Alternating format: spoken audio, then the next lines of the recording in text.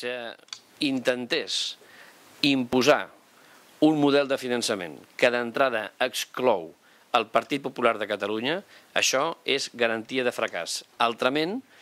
un model de finançament, una proposta general de finançament que inclogui el consens de les forces polítiques catalanes amb el Partit Popular català, òbviament seria una garantia d'èxit. És per aquest motiu que a nosaltres ens semblaria precipitat forçar conclusions concretes abans d'hora. D'acord que abans cal negociar, jo crec que aquí a Catalunya cal negociar les condicions d'aquest nou model i tindrem encara tot el 2013 per perfilar, per concretar i perquè el govern de la Generalitat pugui mantenir, òbviament, les seves converses amb el govern espanyol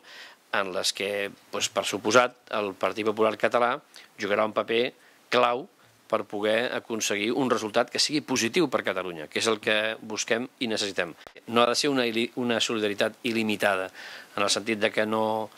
té cap mena de limitació, sinó que ha d'estar acotada, o sigui, no pot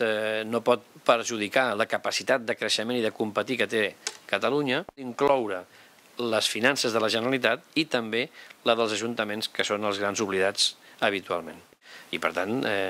pensem que és millor, i proposem i demanem que tothom entengui aquesta posició, que és millor prioritzar avui allò que és més urgent i més necessari, que és la sortida de la crisi, la creació d'ocupació, la generació d'ingressos, per poder després afrontar amb molta més serenitat la reforma d'aquest pacte de finançament general que inclogui ajuntaments i Generalitat i que pugui tenir majors garanties d'èxit.